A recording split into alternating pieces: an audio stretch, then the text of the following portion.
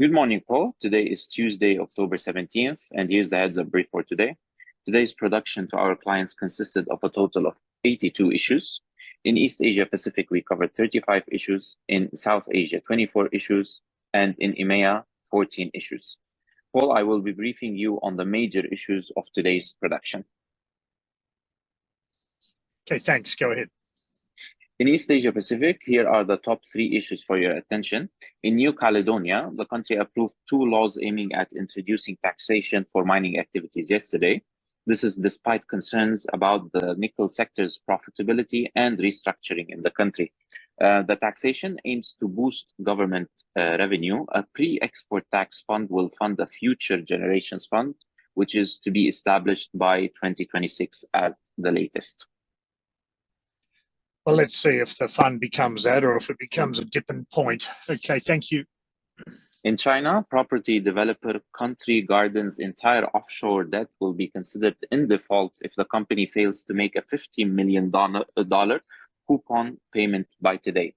Failure to make payment on this tranche is expected to initiate cross defaults in other bonds as well, in accordance with standard bond contract terms. If the company fails to meet its offshore debt obligations, it would make Country Garden another such firm to have defaulted.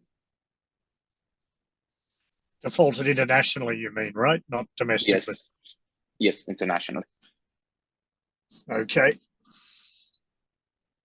In Indonesia, the Constitutional Court yesterday determined that presidential and vice presidential candidates must be 40 years old or have experience as regional heads. So accordingly, individuals under 40 can still register as presidential or vice presidential candidates as long as they have experience or are currently serving as regional heads. So, Paul, groups of demonstrators yesterday held protest against the court's decision outside the Constitutional Court and in front of the horse statue area in central Jakarta. Also, another group held violent demonstrations in Makassar, South Sulawesi, yesterday against the court's decision as well. And further protests are likely in the coming days. We covered this as a major development in our Southeast Asia roundup today. Okay, but we got it painfully wrong yesterday, mate, where we only raised the age issue, making it look like it was a move away from Indonesia's plutocracy, when actually what it was a further move in its nepotism. Now, the fact that Jokowi's son does hold a position of a regent is their way of making the Constitutional Court's ruling on age irrelevant. And it's also meaning that the Constitutional Court can look like it's being the good guys when it's actually hiding behind the skullduggery.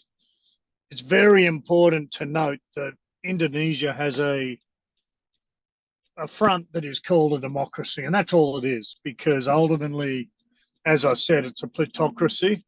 What do I mean by that? I mean that the rich people have power. In the case of Jokowi, leading up to when he came to power, he was certainly not in the power vacuums. Democracy brought him to power.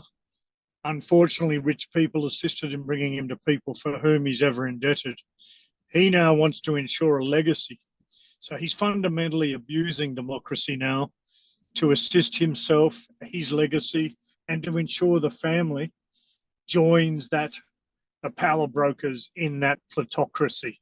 So this is actually contrary to what I said yesterday. This is a further heinous exaggeration of what's bad about Indonesia. I mean, Suharto was dislodged because general society was off-put by the total abuse of power, and they wanted to move away from corruption, collusion, and nepotism. This is yet another example of that. So it's very, very poor form, unfortunately. But we missed that key point yesterday in a lack of detail, so apologies to listeners. Go ahead. Thank you, Paul. In South Asia, here are the top 2 issues for your attention. In Pakistan, the Punjab police repelled a group of terrorists in the mountainous area of Makerwal in Mianwali, Punjab province. Yesterday, around 12 terrorists opened fire on the police team, resulting in a 2-hour exchange of fire. According to preliminary reports, the terrorists fled to Koh-i-Madan, which is in Khyber Pakhtunkhwa province.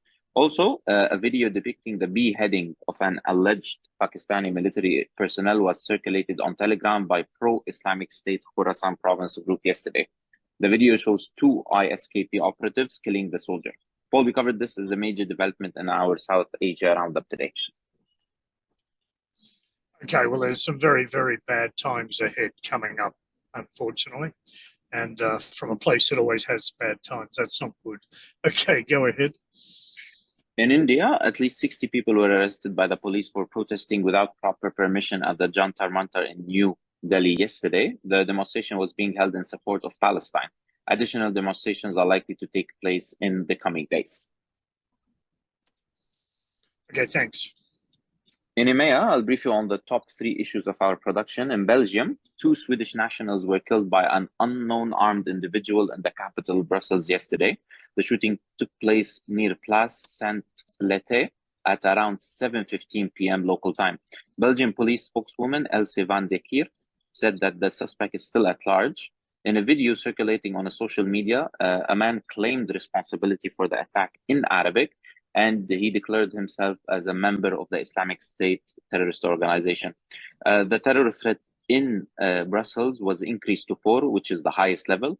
Outside the capital, Brussels, the terror level was raised to level 3, which represents a threat that is possible.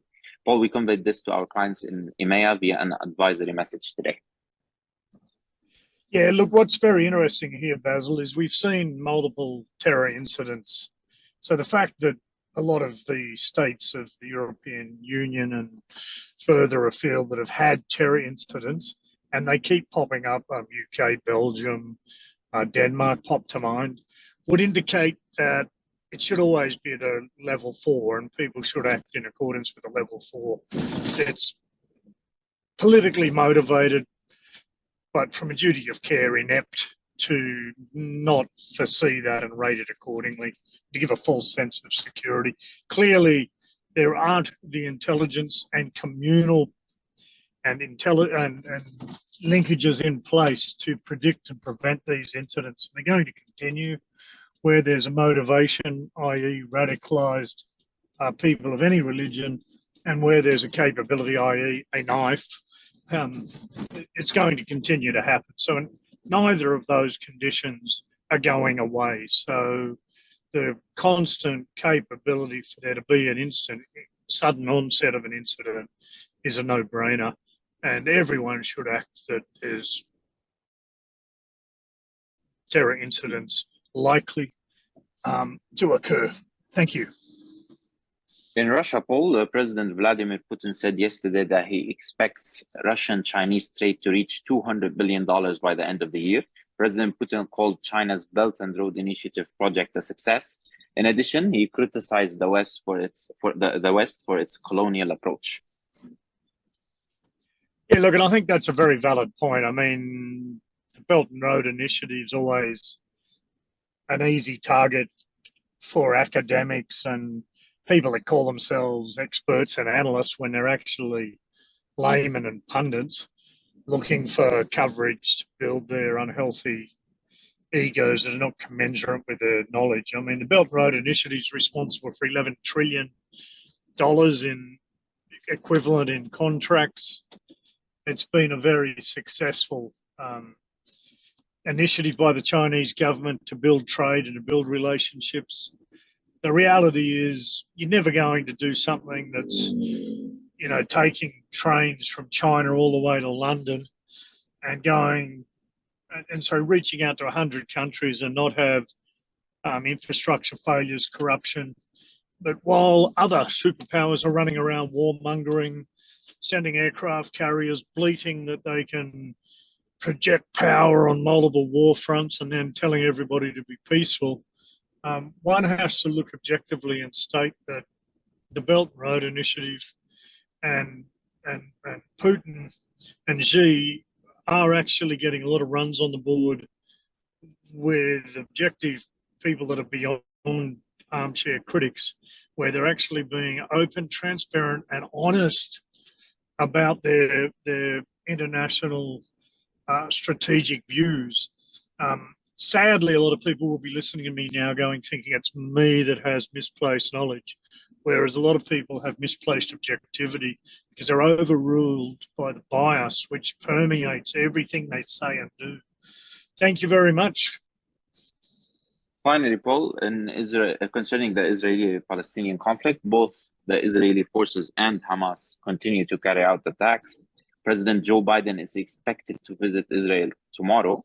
The Rafah border point between Palestine and Egypt remains closed despite yesterday's announcement that it was to be opened. Israel announced that it has killed a prominent leader of Hamas, which is Osama Mazini, who is responsible for prisoners and commanding attacks against Israel. Also, several U.S. legislators have presented a congressional resolution for a ceasefire. The Shanghai Cooperation Organization has also called for a ceasefire. A ceasefire resolution drafted by Russia failed to pass at the UN Security Council yesterday as well. Paul, we communicated this to our EMEA clients via an advisory message today.